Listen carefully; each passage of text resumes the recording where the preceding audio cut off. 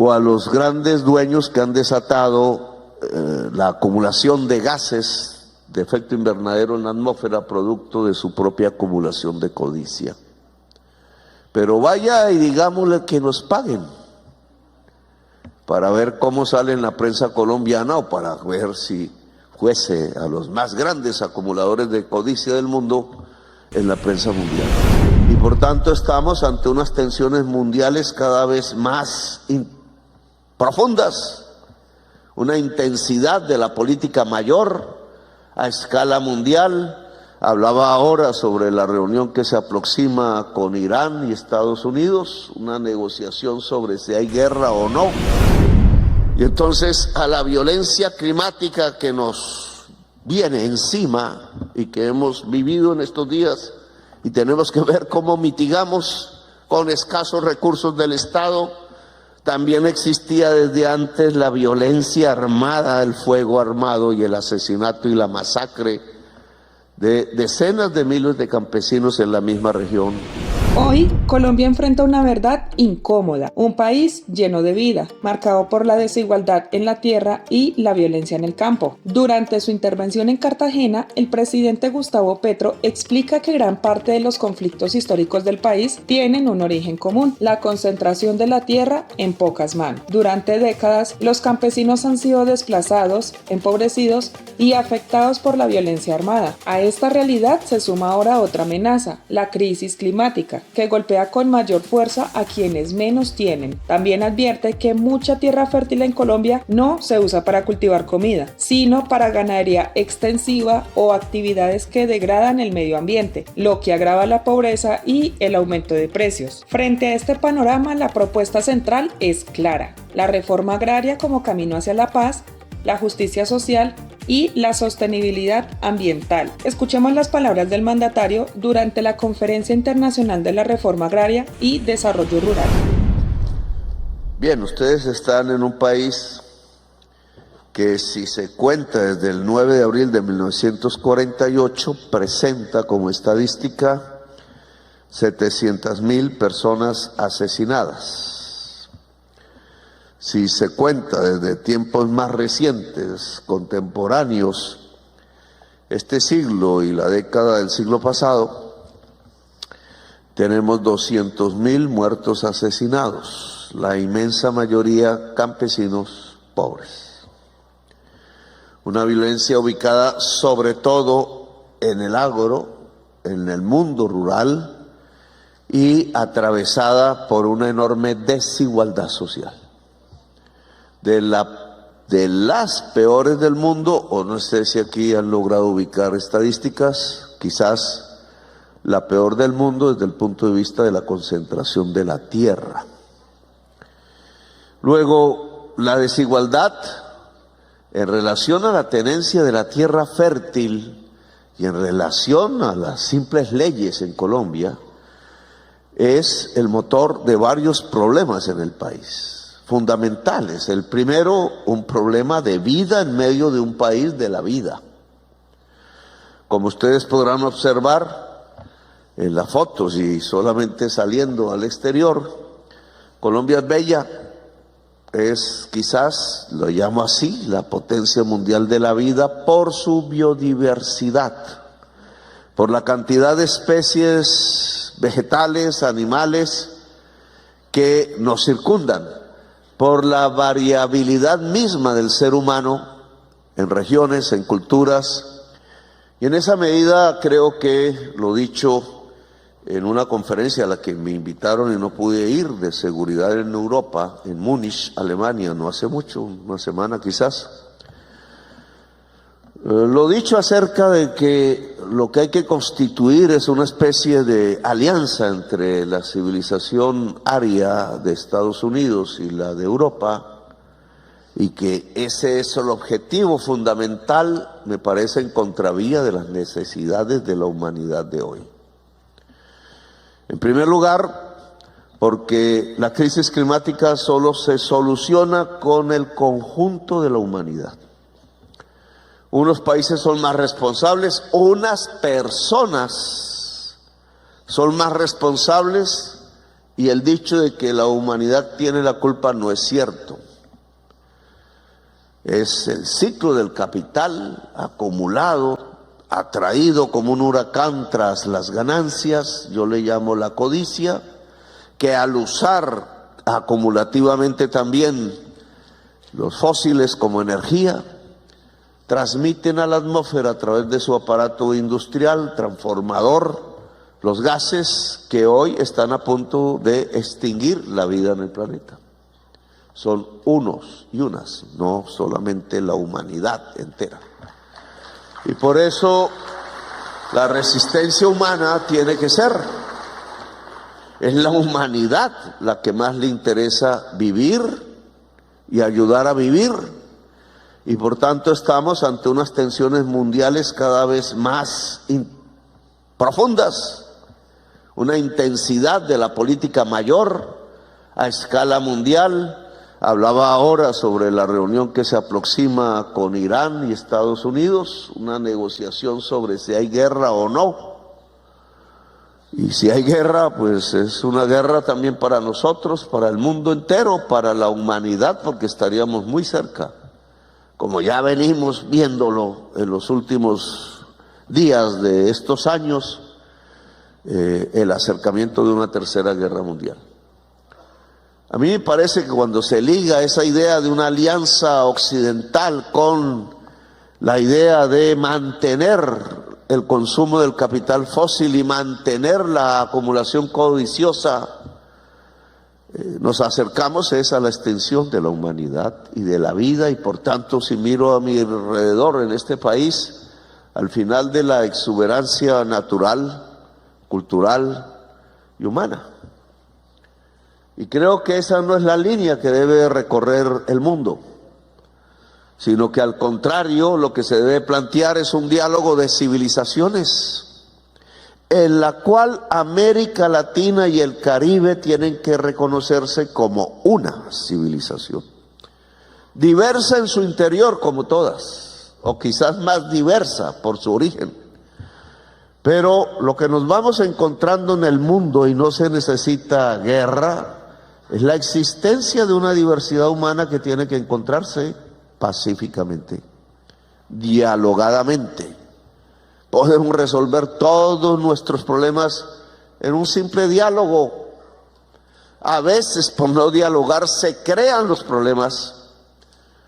Quizás las elecciones en Israel y en Palestina hoy serían una solución, por ejemplo, si nos juntamos al tema de que cese el arma nuclear, no solo en un país, sino en el mundo.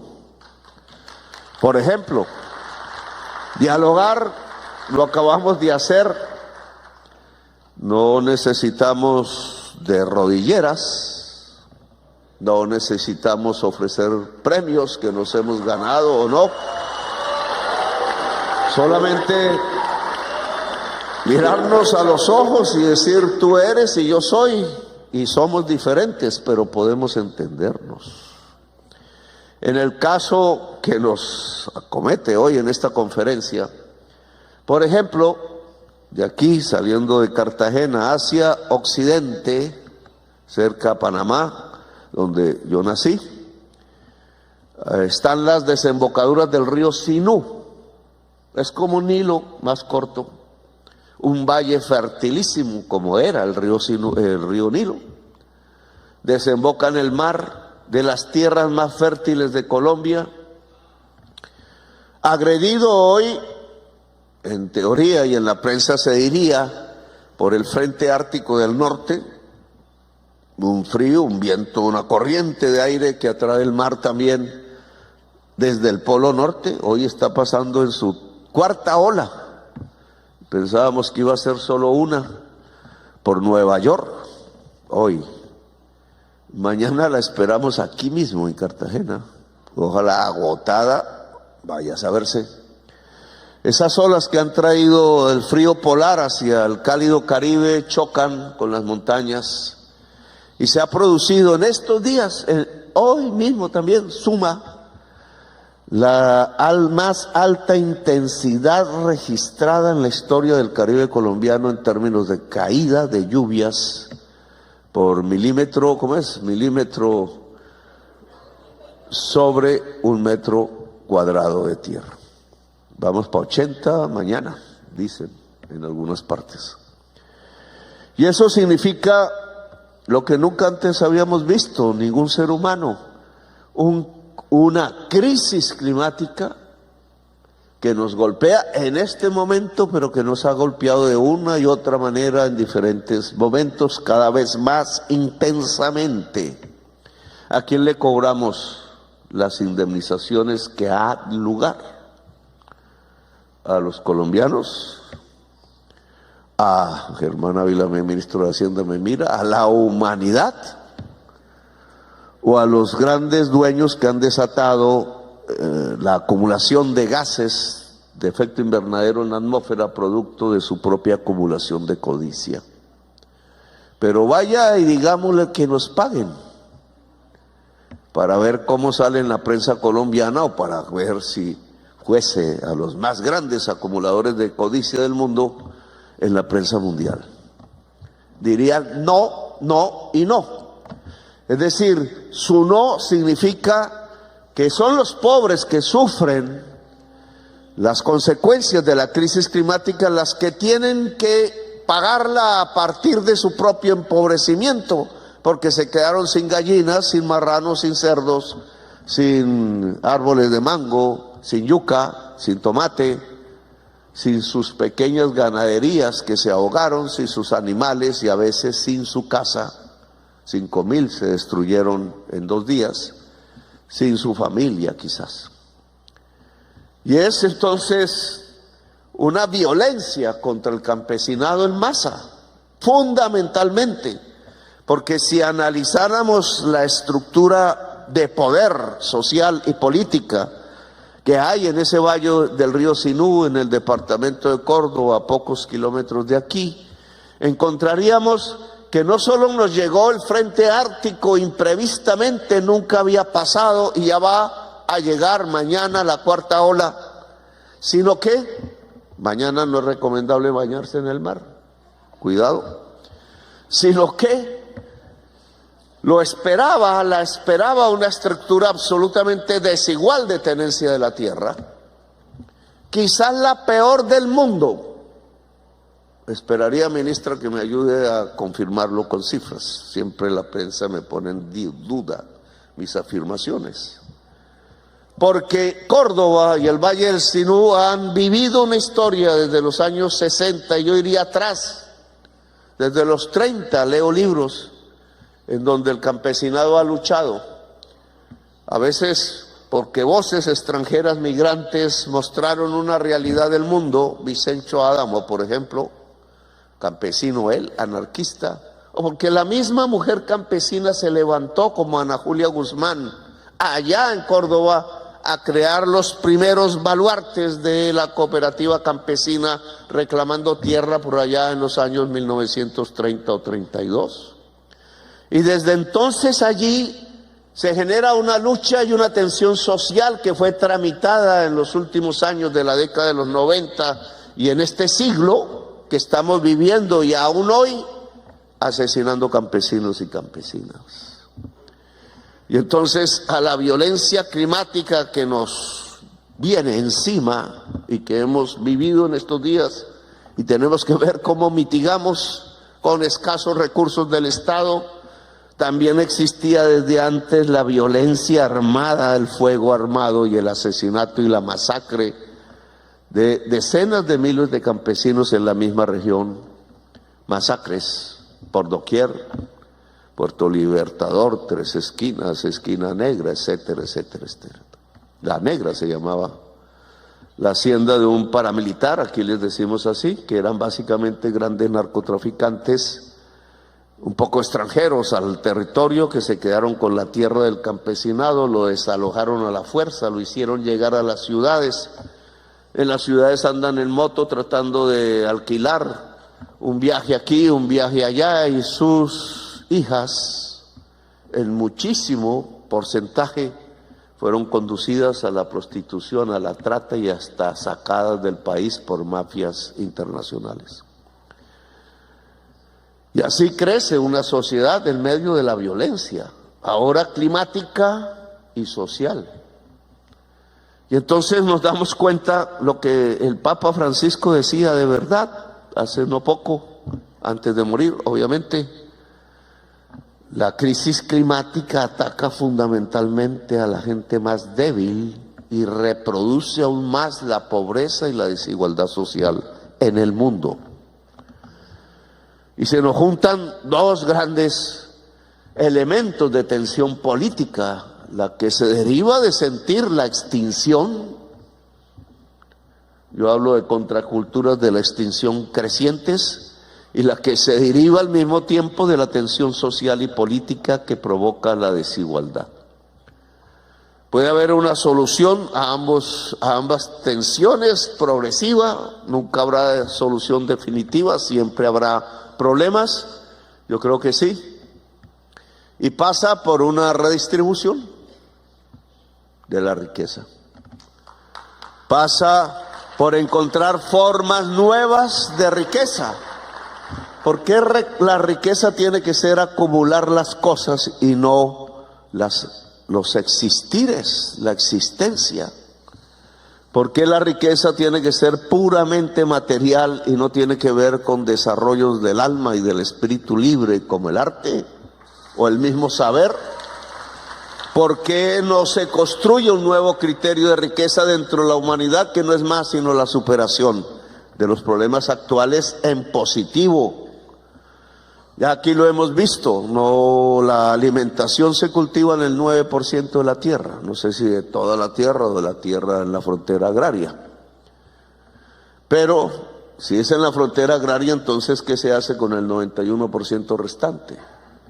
Y encontramos que se usa, por ejemplo, en Colombia, y por efecto de la banca privada, ni siquiera del Estado, el Estado ha permitido que eso suceda, que la mayor parte de la tierra fértil de Colombia, en grandes posesiones, se utilice en primerísimo lugar en ganaderías extensivas donde hay una vaca cada 2 hectáreas, en tierra que debería tener maíz, tomate, yuca, alimentos, proteína, como sucede a lo largo y ancho de las tierras que rodean esta ciudad. Es difícil que un turista abandone las murallas y la playa y se vaya a mirar el entorno rural de esta región, que está absolutamente concentrado como en los tiempos del feudalismo, en señores de la tierra con ejércitos privados. Y obviamente un régimen así es violento. Aquí, además, nos encontramos actualmente con ese mal uso de la tierra. La banca gira grandes volúmenes de crédito a cultivar etanol a través de la caña de azúcar en grandes extensiones de tierra. ¿Para qué se usa el etanol? Para echarle a la gasolina de los carros. No más, no se usa para nada más. Y si se utiliza la tierra fértil para la máquina, ¿en dónde va la comida para los seres humanos? Hemos visto que la mayor parte del dinero de crédito que entrega la banca agraria, el banco a la agricultura, el banco privado a la agricultura, es para echar ganado en la selva amazónica. Si se destruye la selva amazónica colombiana, que es el piedemonte por donde nacen los ríos que después irán al Brasil a alimentar las más grandes extensiones de tierra, y eso pasa en Ecuador y Perú también, pues acabó la selva amazónica. No es en el plan abajo, es en el piedemonte donde nace el agua que empieza la salvación o la revitalización de la selva amazónica. Y si la banca está gastando el dinero de los ahorradores en dar crédito para que el ganado se coma literalmente la selva y la transforme en praderas y después en desierto, ¿qué le va a pasar a la humanidad? Hoy llegan desde las arenas del Sahara las arenas volátiles en grandes cantidades que nutren la selva amazónica, una experiencia geológica fundamental para la vida desde hace no sé cuánto tiempo existe. Si no es por las arenas del Sahara, no hay selva amazónica. Del desierto a la explosión de la vida natural. Pero si eso se interrumpe y si al contrario lo que viene es una corriente de desforestación desde el occidente hasta el oriente extremo donde desemboca el río amazónico, el río Amazonas, pues lo que viene es la muerte de la humanidad, porque ese es el tercer pilar climático del mundo. Son los puntos de no retorno del que hablaba Nordhaus, que se equivocó en esto al extremo. Y si hay puntos de no retorno y la quema de la selva amazónica y su destrucción es uno, pues no retorno significa que es irreversible, que nada de lo que podamos hacer ya servirá. ¿Y cómo se explica que la banca colombiana entonces esté entregando créditos hacia los que pueden destruir la selva amazónica en el caso colombiano? Pues aquí encontramos los choques entre estructura de poder social y crisis climática. Me referí a mi tierra, el Valle del Sinú, hoy inundado en 130.000 hectáreas, y también al Amazonas, en el sur de Colombia, pero podríamos ir mucho más allá y nombrar muchos más ejemplos. Luego estamos en una tensión entre desigualdad y extinción de la humanidad. Se necesita equilibrar la sociedad desde el punto de vista de la igualdad para lograr poner la bandera de la vida de nuevo en el planeta Tierra como guía prioritaria de la acción humana y política. Y esa necesidad, entonces, en términos de tierra, de campo, se llama reforma agraria. No es una reforma agraria pensada exclusivamente en la tenencia de la tierra, que sí, es la base. Si el campesino no tiene tierra, no hay nada. Si el campesino no tiene la suficiente tierra, el suficiente crédito, la suficiente asistencia para no cometer errores, no hay más alimentos. Y hoy necesitamos más alimentos. ¿Qué hace crecer la inflación en Colombia? Pues mis amigos economistas crematísticos, decía Aristóteles, no hemos explicado bien la palabra, ideólogos del negocio, seguidores alucinados de la acumulación de ganancias, creen que es un exceso de liquidez remediable con la tasa de interés. Y entonces la alzan. Es el único país con otro que está alzando la tasa de interés en este momento en todo el planeta. Y nos ahogan, nos matan económicamente simplemente para ver si pueden ganar unas elecciones otra vez los que mataban los campesinos en estas tierras. Pues bueno, la única manera de bajar la inflación en países como el nuestro, no necesariamente es ley universal, es produciendo más alimentos. ¿No lo han creído? Si se producen más alimentos, caen los precios de los alimentos. Y dado que el precio de la canasta promedio familiar en Colombia está determinado por el precio de los alimentos, la carne de primeras, ministra, ya sabe qué hay que hacer, pues no, si no cae el precio de los alimentos, no cae el precio promedio de Colombia y por tanto su tasa de inflación. ¿Y cómo se hace para producir más alimentos? Alguien dirá más productividad por hectárea. Es la norma del capital en todo el mundo.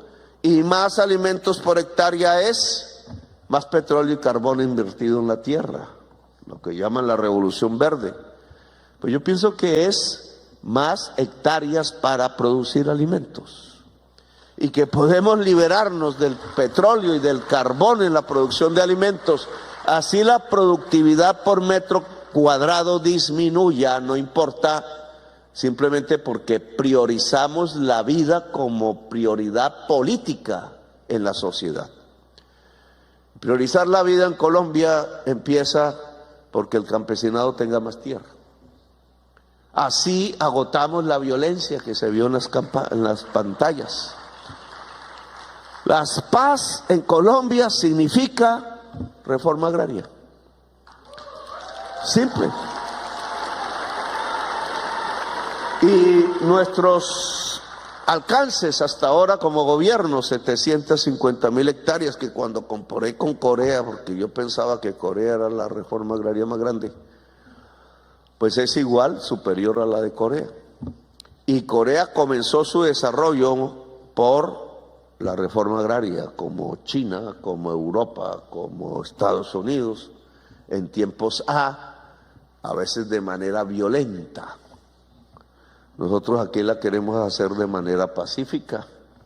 Estamos comprando la tierra, estamos recuperando los baldíos, le estamos echando agua otra vez donde había ciénagas, recuperando los circuitos naturales del agua y estamos dejando como prioridad de poder político en los campos el poder campesino, que cada vez es más el poder de la campesina, porque los títulos se los entregamos fundamentalmente a las mujeres, porque yo no creo que los hombres podamos cuidar también la tierra y la vida como si la cuidan las mujeres.